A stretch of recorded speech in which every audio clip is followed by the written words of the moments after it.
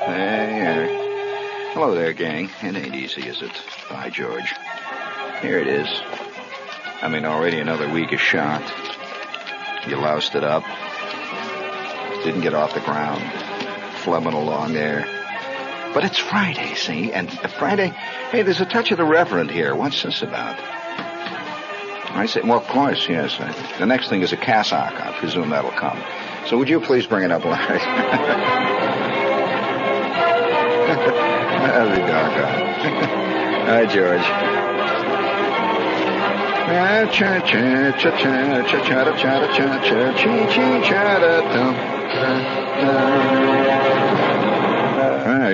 Yeah. Hello, Test. Oh, we got some bad news for you tonight. No, I don't know whether it's bad news or not. It depends on your attitude towards the environment in which you live. You know, your involvement with the material things that surround you. Do you remember a couple of months ago? Any of you remember a couple of months ago when we did this thing, one of our nightly salutes to true examples of Jersey slob art, and we talked about the famous Margate elephant? You remember the Margate elephant?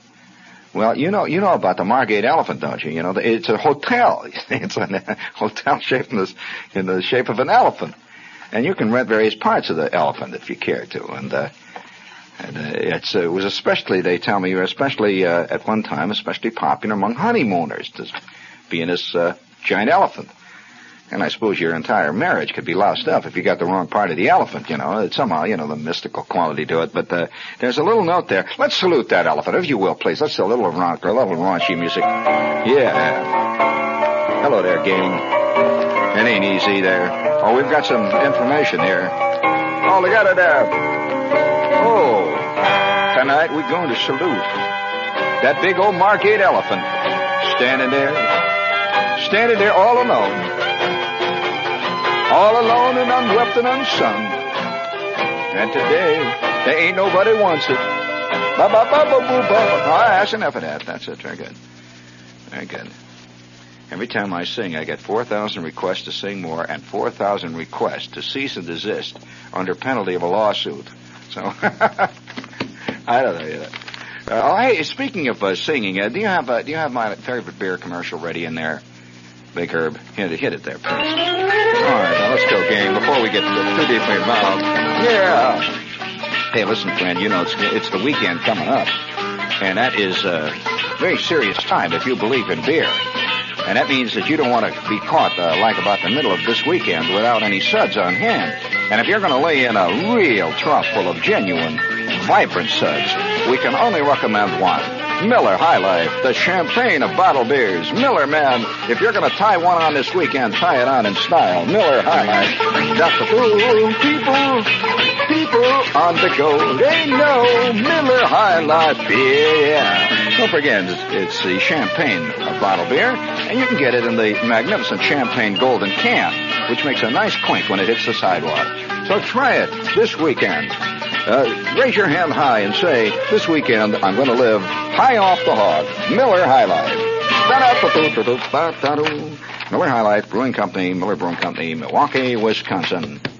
And while we still got you quivering out there, we got another little ding-dong for you, real quick. Larry, what's a four-letter word that means the opposite of go? Starts with an S. Oh, Dad, stop. S-T-O-P. Oh. Hey, that's right. Okay, now here's a tough one. 3 words that describe the person you go to when you want to buy the breakaway car of the year. There are lots of them conveniently located. Now, so far I have nearest blank dealer. Come on, Dad. You know it's nearest Pontiac dealer. Yeah, and that's where I'm going tomorrow. Like to come along? Would I? No kidding, Dad. You going to buy a Pontiac? Sure thing. Wait till you see the Grand Prix, Dad. It's got bucket seats and a wraparound instrument panel. It even has a hidden radio antenna. Hey, you sound like an expert. How come you know so much about Pontiac? Me? I'm always talking cars with the guys. You just never paid any attention. Oh, no? Why do you think I'm getting a Pontiac? You mean you listened to what me and the guys were saying? Sure did. Well, for crying out loud, Dad, can't a guy have any privacy? Oh, man.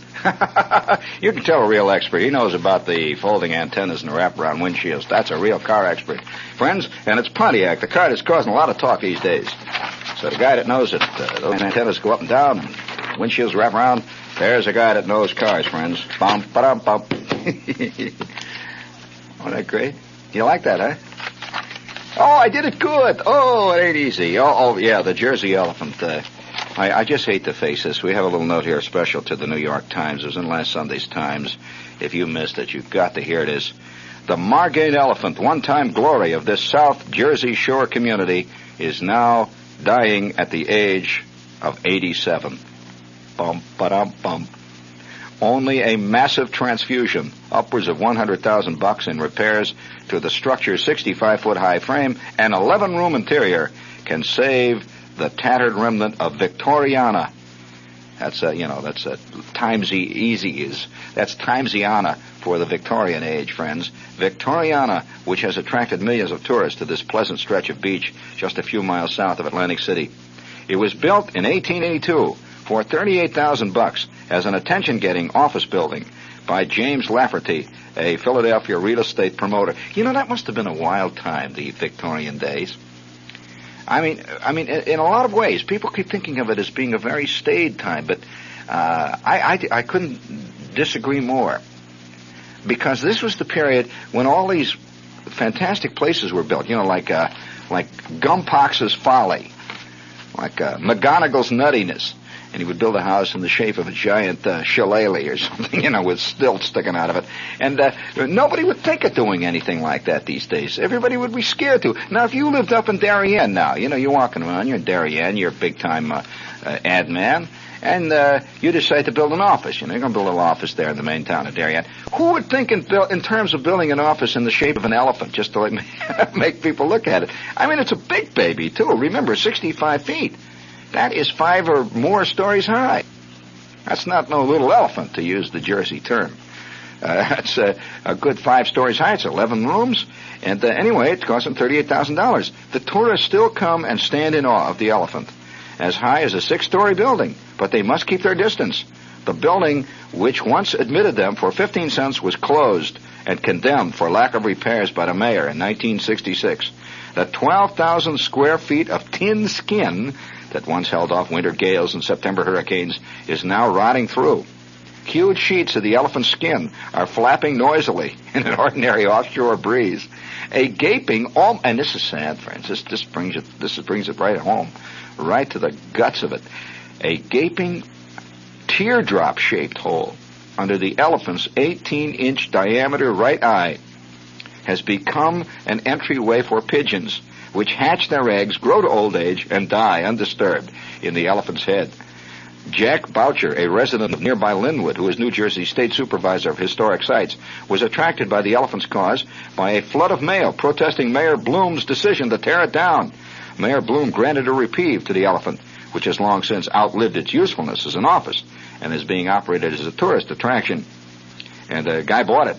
And now he's got, a tourist attraction. He said, we had only hoped to prompt the owner into doing something about the elephant. We'd feel badly here in this town if it had to be torn down. In addition to the elephant, Mr. Gertson and his family, the guy that owns it, owns 58,000 feet of additional land. Well, this guy's got dough. He owns a cabana, snack bar, a whole bit. But the whole point is that this elephant is slowly sinking into the ground. And the guy who owns it is in Florida. He's saying nothing. And there it is out there. Right now, tonight, at this moment, that elephant is staring out to sea. And I've got a picture of it. It's down in my office. Somebody sent me a picture of that elephant. It's beautiful. And a little obscene, because, you see, I might point out it's a totally complete elephant. And the elephant is looking out to sea. Well, when I heard about that, I thought to myself, that elephant, all the great stuff is disappearing. It really is. Mainly because we're getting, I don't think this is the age of, people said this is the age of romanticism. They always talk about America as being an idealistic showbiz country. I don't think so. I think this is the age of almost pristine efficiency. That if a thing is not efficient, it goes. And that's right. And beauty has never been efficient. Not so. And it depends on the kind of beauty. Even ugly beauty, the uglier the beauty often, the less efficient it is. And in a strange way, the more interesting it becomes. And the idea of a giant 65-foot elephant standing on the beach. Of course, this is like the 7 wonders of the world. You know what the 7 wonders of the world are? Do you know that the guy that built the Astrodome has got the guts to call that the 8th wonder of the world? And can you imagine that standing next to the Colossus of Rhodes? And can you name the 8 wonders of the world, or the 7 wonders of the world? Can you? And don't throw in the Beatles or anything like that. I'm talking about real wonders. I mean, like the Colossus of Rhodes, the Hanging Gardens of Babylon, and all these great things. They all disappeared. What stays? What continues to run? Well, dull stuff continues to stay there. They just never do away with the dull stuff. It just stays around for year after year. But the elephant, no, that's going to go. And the reason I have a specific point on this elephant thing is when I was a kid, we had about 3 or 4 vacant lots away from where I lived. You could see it on the horizon. Some guy had come along, and he had a couple of bucks, and he opened up a miniature golf course. That there's the miniature golf cuckoo is a special breed anyway. I'm serious. I know people who, every time they see a miniature golf course with one of those nutty little Dutch windmills going around, and the barrels that are turned upside down, painted blue, and the loop-the-loop thing where the ball comes flying back out at you and hits you between the eyes, that whole thing. Well, the minute they see one of these, they got to stop and play miniature golf. That's a special kind of cuckoo. In fact, I even know a guy who owned a miniature golf course. And not only did he own a miniature golf course, it's a very successful one. It was on the Jersey Shore. And he never tires of telling about cuckoos. People who they're worse than real golf players, you see, because there's something maddening about miniature golf.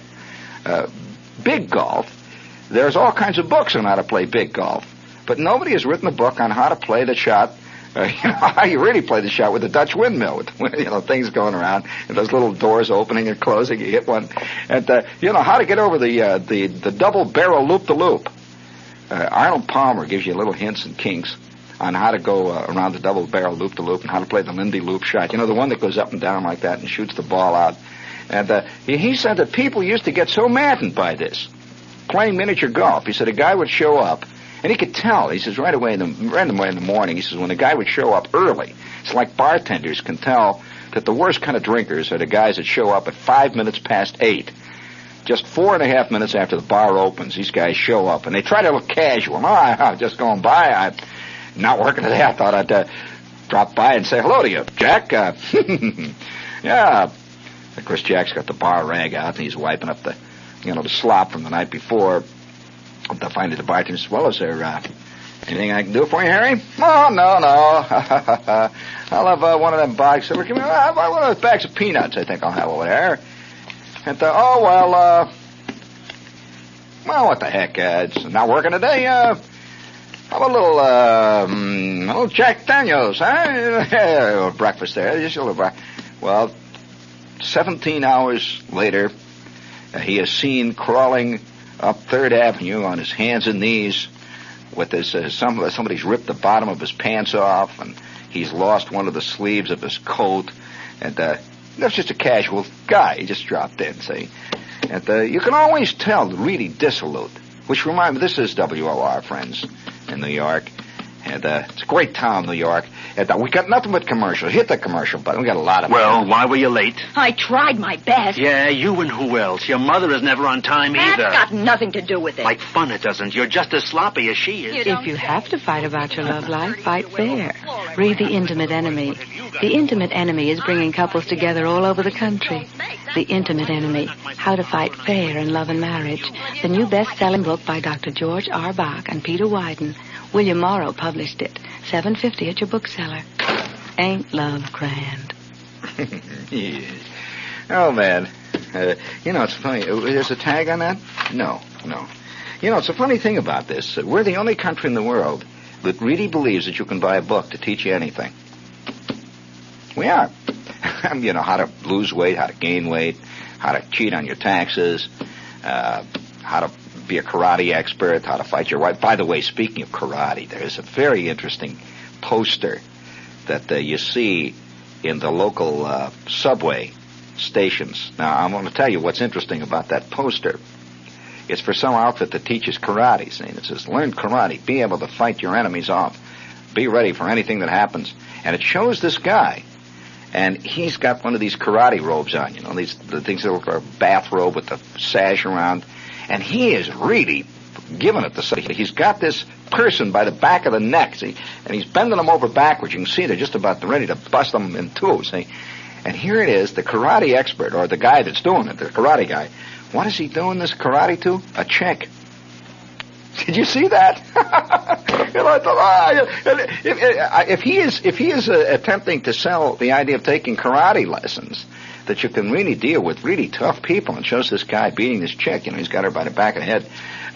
I'm curious what's happening to our attitude. I'll admit there are very many tough chicks around these days, and there are very many very skinny guys with those pink shirts and little gold shoes that turn up in the end, and I'm sure that they would need a few little karate lessons.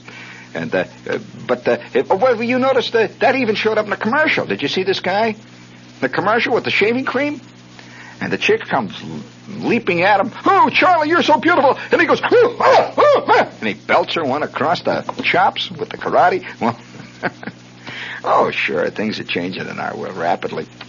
I'm sure that there will come a day when in the back pages of, little pulp magazines that kids read, like Ding Dong Comics, that kind of stuff, Superman, so forth, that in the back pages there will be this little cartoon strip, and it'll show this skinny kid, or this very sensitive young man, let's put it that way.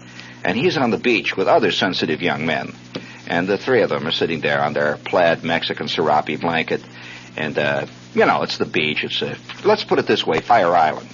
And let's bring it right out the open. They're sitting there, and all of a sudden, the next picture shows this big, awful female, this awful person. And she's playing softball with her friends, another bunch of awful women. And the foul ball lands on the blanket, and she's kicking sand in Dickie's face. Richard's face, excuse me. The new thing is you call yourself Richard, or you call yourself by your full name, William, Richard, Charles. And she's kicking sand in Charles's face. And so Charles is saying, you stop that. And she says, what are you going to do? You want me to, who do you think you are, smart guy? And she kicks more sand in his face. That's in the little picture number 3. And so now his friend, Howard, gets up. And Howard is a very, very sensitive person. And Howard gets up and says, you stop hitting Charles. And with that, she claps him on the, she gives him a shot. And you see him now sprawling. And with that, Charles is getting up and crawling after this beautiful girl, because he now sees where, the real strength lies. And he's lying there, the guy that's been belted, Howard is lying there. He says, oh, darn it, that's the third friend I've lost this week to those awful people, darn it. And above it says, are you losing your friends to those awful people? Yes, the Dynamo Super Dynamic Muscle Course, which we teach by mail in just 7 days, will make you able to not only get more new friends, but your pictures will appear in those little magazines that they sell on 42nd Street. And in addition to that, when those awful people come around, you'll be ready to deal with them. And the last picture, we see this guy now. We see Howard. He's looking in the mirror, and he's flexing his muscles. And you see he's tremendous, bulging all over the place in his wavy hair, and he's got muscle tension. You see little lightnings coming out of his muscles, and you see a photographer taking his picture for Man, or for a magazine like Greek God. And here he is standing like this. And then the last picture, you see him sitting on his little serape, and he's with a new friend. And this new friend is Brucey. And you see the same big, dynamic chick, and she's kicking sand in Brucey's face. And he says, hey, would you stop doing that to Brucey? And she says, who is telling me that? You again, huh? And the last scene, you see, pow, crack, he has belted this chick. And Brucey is saying, oh, you are so strong, Howard. Oh, Howard, my love knows no bounds. You are... And so, friends... Yeah,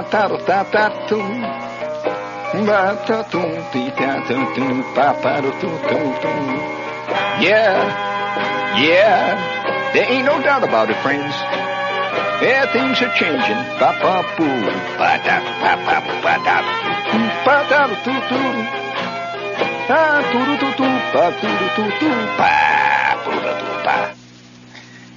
Gee whiz, that's scary. Oh, yes. Do you have that electric light bulb commercial in there? Hit it. Quick. Any kind of battery you can use. You can choose in the Powerhouse. The ever-ready Powerhouse. I love Where the that. power comes from. There's a special breed of batteries today. Long-life alkaline batteries that power devices like undersea transmitters and space cameras. And the most reliable long-life battery is the ever-ready Golden Energizer. It far outlasts ordinary batteries in heavy-duty use. In radios, ever-ready Golden Energizers last up to 3 times longer. In cameras and flashlights, they last up to 7 times longer. And in toys, ever-ready Golden Energizers actually last up to 10 times longer. So for batteries that last longer, come to the people who've been making them longer. Get Golden Alkaline Energizers from the ever-ready Powerhouse, where the power comes from. Ever ready. Would you want a battery that's not? No, of course not. I mean, if there's anything that would bug me as a battery that ain't ready, man. I say everything should be ready in this world. Hello, test? Barack. Okay. And let's... Oh, yeah, there's a little tag on this. It says the golden ones are products of Union Carbide. When you were a kid, did you ever have this myth around that batteries would blow up? I mean, did you have that thing? That if you got batteries, the big dry cells, you never thought much about the flashlight batteries. The big dry cells, you know, the kind with the 2 binding posts on the top. And if you if you weren't careful, you mess around with them, and when they get that bulge in the bottom, when they start going bad, the bulge in the bottom, that one day if you threw them in a fire, oh, forget it, the neighborhood goes up. It just blows the hell out of everything. It's just gone. Boom! You know, Bruner's blown up Hammond, Indiana, just gone. Well, well, we had all kinds of things like that. For example, well, of course, one of the great things about batteries was if you got a battery. Now, I'm talking about dry cells again, although you could do it with the little ones, little flashlight D-type cells. But if you got a battery and you knocked the bottom of it off, and you took a scissors or something, and you just cut the side up, you know, just kind of split it, and then opened it all up. You know what's in a battery. How many of you ever opened up batteries? You know, well, he knows. Herb knows. And you get all that glop. You see, there's all kinds of... If there's one thing a dry cell is dry. There's glop in it. And so you get all that glop, and right down the middle of it is this big carbon, this carbon post. This is the, you know, one of the anodes. This is the anodes. And this great big, you know, you've seen that thing? Well, we used to take these carbon rods out of the battery after you wash them all up and clean them all up. And the carbon rod was like, you could draw stuff with it, and you know, you use it to write things. Well, we got playing around with these carbon rods, see? And we got older, and we got tired of drawing obscene pictures on the sidewalks with carbon rods. And at that time, we were beginning to go even further in the electronic world. You know, anybody who's interested in electronics, I mean, as a kid, you begin to expand your horizon. You start out with doorbells and ringing a doorbell, or you start out by making an electromagnet. You wind an electromagnet. You did that, didn't you, Herb? You make an electromagnet. And then you start playing around with batteries. The next thing you know, you have made yourself a relay system. You got some little relays. Well, we used to find in the junkyards the magneto coil. There were all kinds of them piled up, old magneto coils from trucks and stuff. Have you ever seen those magneto coils? They come in a case, big wooden case like. Some of them are wooden, others are a metal case. They've got terminals. And we used to play around with these things. Well, I remember there was an article one time that appeared in one of the magazines, like Popular Mechanics, about Ted, see. And it says, make your own electric arc welding outfit using simple parts that can be found in any junkyard. Well, I never told the story about making the arc welding outfit. And a friend of mine just bought an arc welding. He got a great big, fantastic arc welding with the tanks. And yeah, I got this friend who's a real cuckoo on gadgets. He buys any gadget that's around. And if it's got enough meters on it and lights and things that you can turn off and on, he'll buy it. In fact, I've often thought of sneaking down in a workshop someplace and making a panel, Herb. And get a lot of old ammeters and milliammeters and a lot of stuff that are indirect lighting. That's always good. Dimmers, that's fun. You can turn the lights up and down, like on your Fiat. You know, you can turn the lights up and down and thing. And get some windshield wiper motors that make a steady clicking with little flags going back and forth. You could hook that up, you see. So you have a black box that is does fantastic amounts of operations, like flags light up and down. You can dim them up and down. You can turn it off, and you have build up a potential too. Have flashing neon bulbs. We have capacitance flashovers. Get a little strobe light on the side, and what you need really in it is a warning bell plus a warning horn that shows you are approaching maximum capability. And that if you exceed and go past the red line, you'll have a blow up the neighborhood. And, like get a stall horn in it. See? So you're running everything. Flags are going back and forth. You're fading things in and out. And you can connect a speaker in there, too, if you want. And you can connect the speaker directly to, let's say, the stock reports. So you get sounds that come out, or get the weather reports, on the UHF. And everything's going, and then you approach red line. It goes, You have to back off the controls. I'll bet I could sell one of these to my friend. Just call it the action board. I'll bet people would love a thing like that. Just the action board. And it performs these, of course, the action would all be in your head. If you want the action to show that you are landing a 707 on runway 3 left at LaGuardia, you could have it be doing that, you see. If you want the action to be an LM, a capsule landing on the moon, you could do that. Or if you want to pretend you're electrocuting your wife, you see, you could do that. And all these different things. See? And it says maximum voltage peak, readout. You have a digital counter. That's important. My friend is really a cuckoo on digital counters. And if I could get a digital counter that you went ding, ding, ding, ding, and at every 10 units, a yellow light would flash. Ding, ding, ding, ding, ding, ding, ding. Then it would say reverse mechanism. You set it back. Ding, ding, ding. Green lights flash now every time you hit the 10. Ding, ding. You'd love it. So would you. Herb's sitting, leaning forward. And if you make it, it has to be designed so that it looks like real equipment. Say, you make it black crackle. Black crackle. And the knobs, you have various vernier-type knobs on it. You don't just have knobs where you pull things in and out. Everything is for fine-tuning adjustment. You have a vernier knob on it. And then, of course, you have, in addition to that, you have enigmatic labeling under it. You have ALD readout. That's all. Just as, what is ALD? Well, it's up to you. See. Or it'll say, backup checkout system, SYS, has to be a dot, say black with red. Then you'll have another one that says meter 7, grid bias. That's always good for it, see. Or then you have a second stage driver cathode current. That's a goodie, isn't it? Or this one always is good. Square wave distortion indicator. It's a goodie. In percentile. Underneath it says percentile, and underneath that you have metric system only.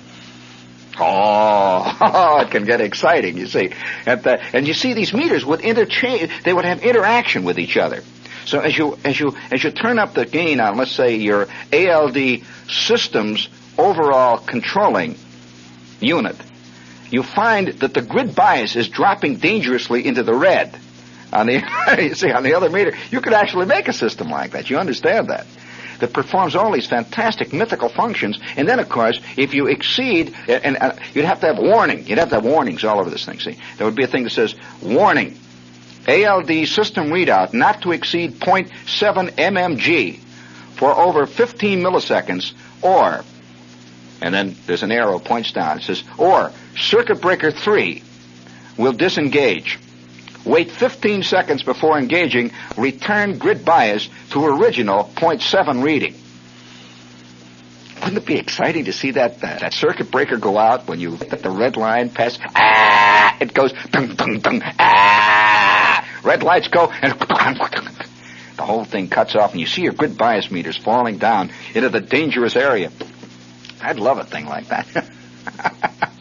I'm sorry, I don't know what this is all about here tonight, but, you see, we're living non-functional lives. You see, what I'm doing here is creating a machine for function people. You see, after all, what is a movie?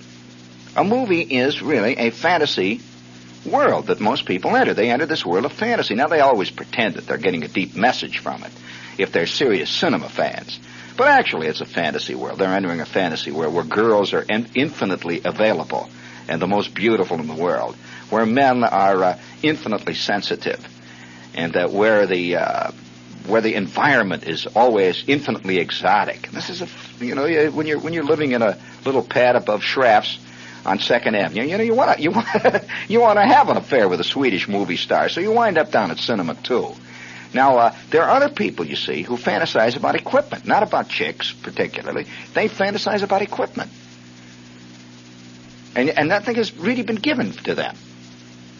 And so you could work up various types of fantasy equipment. I mean, you could really get involved with this thing, so that you have a whole control room that you enter, and you sit in this special seat, and it's like a flight simulator, and you sit in this special seat, and you could take symbolic courses, and after 3 months you are able now, after so many simulated hours in the flight control center of this equipment, you are able to attain certain readout results that take very, very touchy special control. And it doesn't really, you're not landing anything or flying anything. You're not in a flight simulator. The machine is its own end.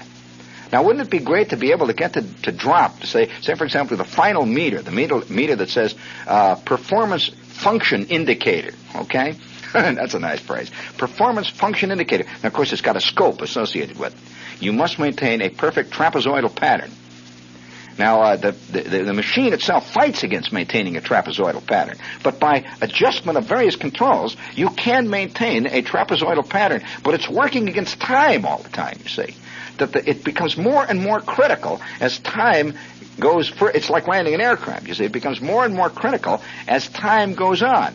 And so if you're set up for a 3-minute critical test, that at the end of 2 minutes and 50 seconds, the thing is so fantastically critical that the trapezoidal pattern is always going out of sync, and you're operating everything. And just at the last instant, if you can maintain a trapezoidal pattern, just as your chronometer hits exactly 3.00000 minutes, the trapezoidal pattern is on. 3.00000. A big green lights, big dial lights, and it says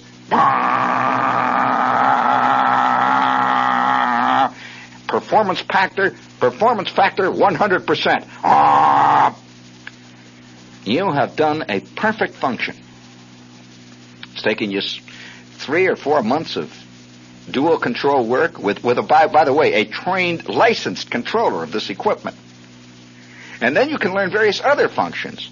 How, for example, to operate 2 of them at once. That's a multi-engine operation, you see. And so you're sitting here whining, it could be fantastic. And then it can wind up, of course, they can have international competitions then, just like films now, the international competition is an exchange of fantasies. We're trying to decide whether Frenchmen can make better fantasies than Swedish guys, see, or whether Swedish guys make better fantasies than a guy from Burbank, California, you see. So ultimately, we would have an international meet, let's say at Cannes, and all the great operators would gather, and be seated down, and of course, it would eventually get to be a spectator sport.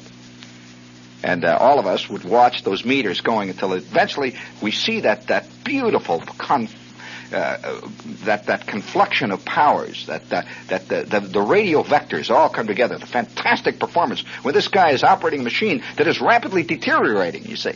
It is rapidly deteriorating, and that if he does not hit this, and of course you have to have a punishment factor. If he does not hit this at exactly the right moment, it's tremendously complex, that an enormous surge of power ejects him right out of his seat backwards, and he slides 30 feet on the back of his neck, and of course he's made obviously the object of total ridicule. It's like a bowler who throws the ball right into the in the gutter. That's all. And I think this would work. You're thinking about that now, aren't you, Herb? Hey, speaking of machines, man, what do you think hi-fi is like? Seriously. I think most hi-fi people, hi-fi cuckoos, don't even know what, I'd say probably 30% of the controls on their hi-fi does, and why it does it. I'm very serious about that. And friends, if you want to take a brief course in the control and operation of your hi-fi equipment so that you know why all those knobs and all that stuff is there, I would suggest the Electronic Workshop. They will have you soloing in less than 8 hours of duo down there on any known equipment. Of course, if you start going into multiplex stereo, naturally you'll have to get additional notification and as noted, it's got to be noted on your license. However, I would like to recommend the Electronic Workshop. They have the most complicated hi-fi stuff down there that you've ever seen. In fact, they've got one down there that's so fantastically complicated.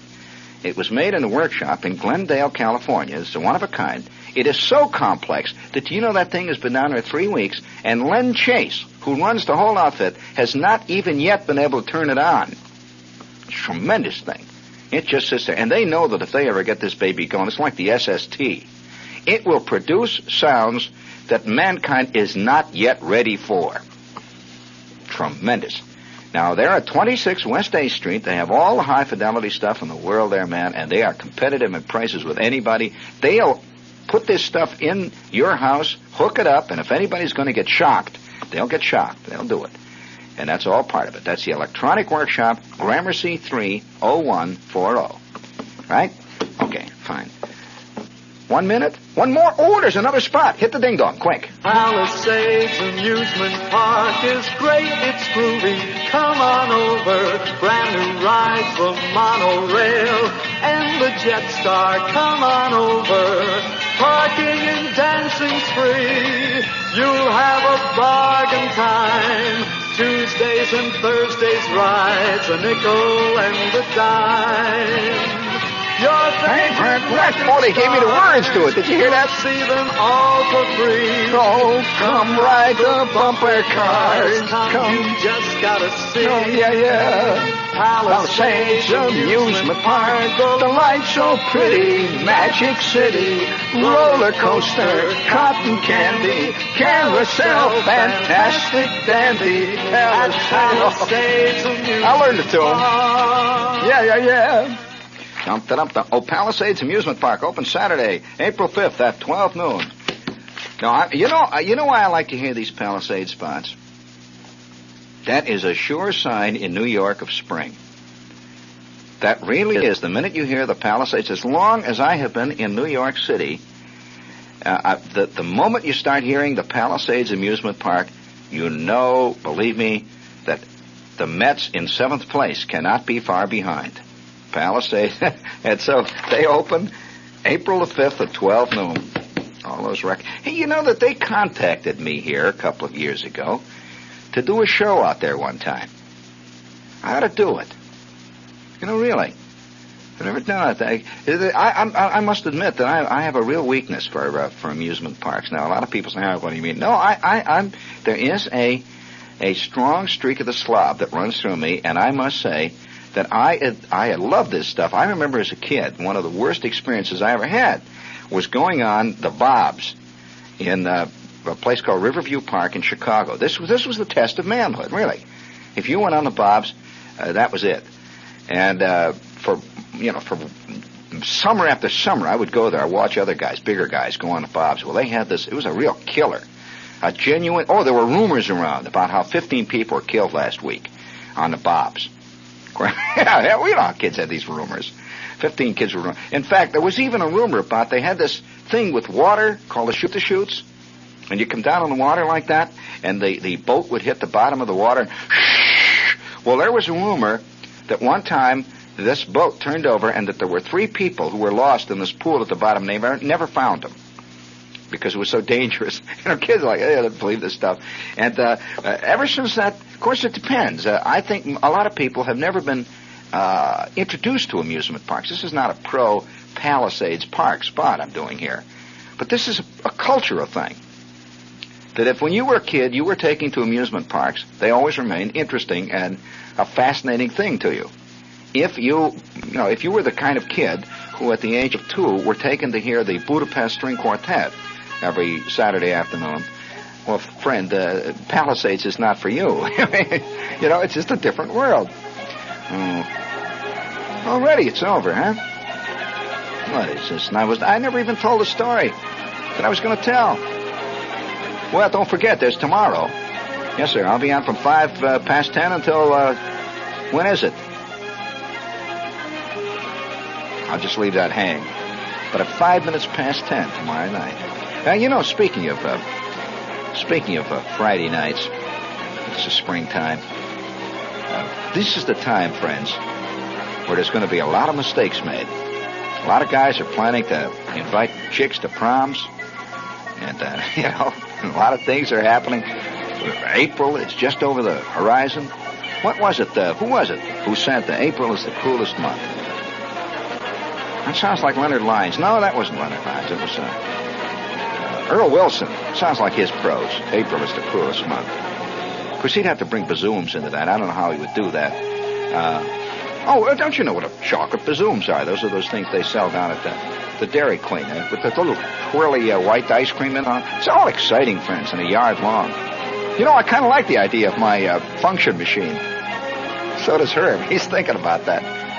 And that you would be rewarded. See, the whole idea of a function machine is the reward. An airplane. The reward is getting down in one piece. That's the reward. Well, what does the function machine do?